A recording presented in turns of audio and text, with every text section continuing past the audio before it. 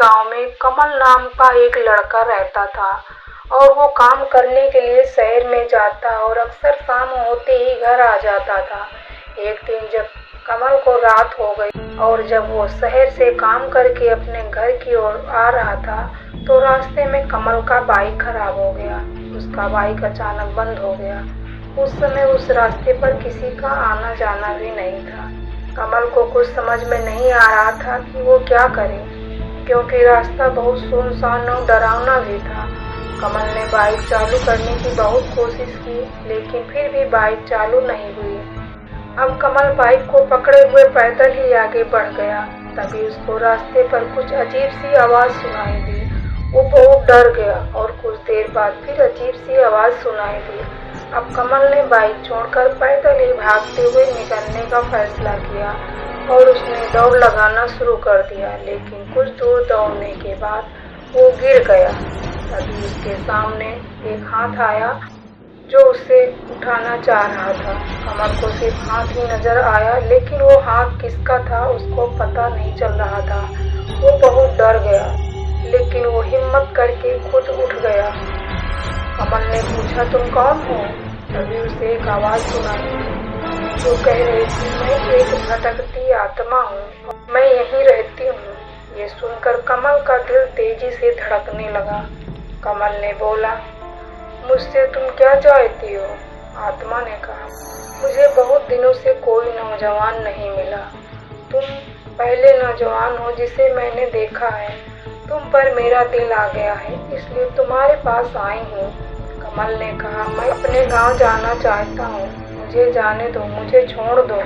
आत्मा ने कहा, बस कुछ समय रुक जाओ, फिर चले जाना।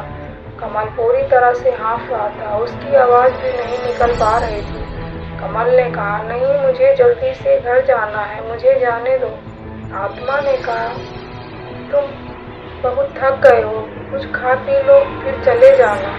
कमल ने कहा, मुझे कुछ नहीं खाना पीना है, मेरा पीछा छोड़ दो, मुझे घर जाने दो। आत्मा ने कहा, नहीं, तुम अभी नहीं जा सकते। कमल ने बोला, ठीक है, मुझे थोड़ा पानी मिलेगा? आत्मा ने कहा, तुम बस हाथ फैलाओ।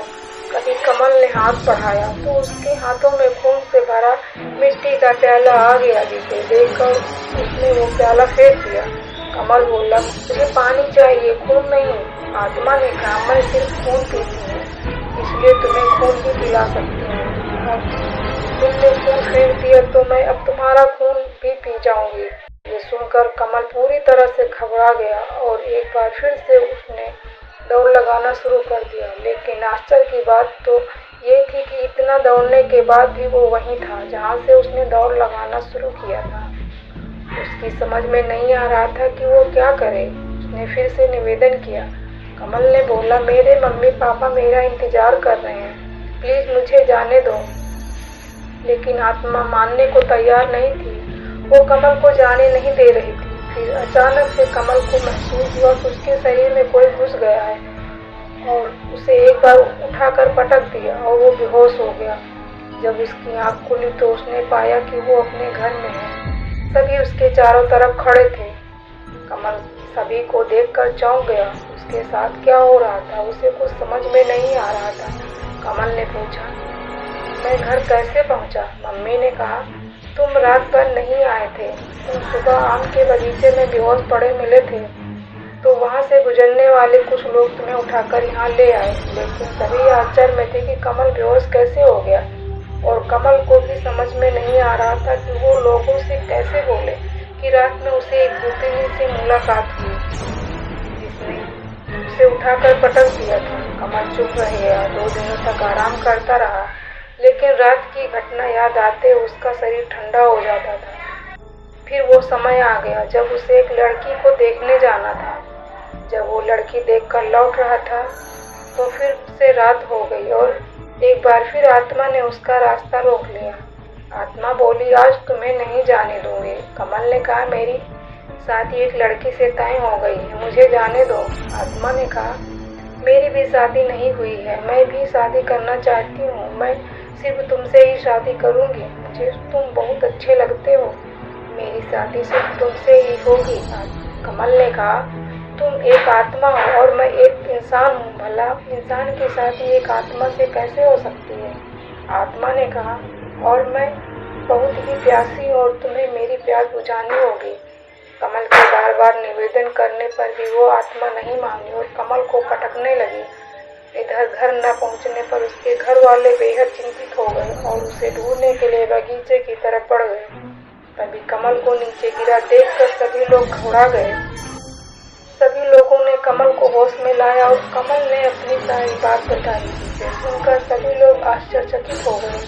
गांव के सभी लोग आत्मा को देखना चाहते थे, मगर कोई कहीं भी दिखाई नहीं दे रही थी। तभी गांव में रहने वाले एक आदमी ने जोश में आकर बोला कि आत्मा जैसा कुछ नहीं होता और ये सब मन का वहम है। उस आदमी ने ये बोला ही था कि आत्मा ने उस आदमी को उठाकर पटक दिया। अब तो वो आदमी बहुत डर गया और सभी लालटेन लेकर घर की तरफ चल दिए। रातों रात सभी को पता चल गया कि आम के बगीचे में एक आत्मा रहती है। तभी सभी लोगों ने भूतनी को भगाने के लिए पूजा पाठ शुरू कर दिया। फिर अंत में कमल को विश्वास दिला दिया कि आत्मा यहाँ से चली गई। लेकिन कमल को विश्वास नहीं हुआ और वो वापस दिल्ली लौट आया। उस दिन के बाद वो आत्मा कमल को कभी दिखाई नहीं दी।